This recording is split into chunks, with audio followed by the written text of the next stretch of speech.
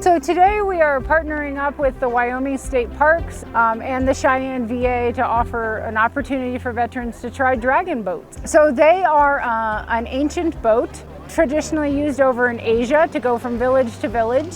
But the whole idea is that a large community would row them as one. So bringing veterans together with that teamwork, finding that communication and that unison, and getting these boats to move at a smooth and steady beat. As a recreational therapist, I believe so much in the value of play as a healing mechanism, and then also as getting out into nature is probably one of the best things we can do as humans, is connect with each other, connect with the natural world.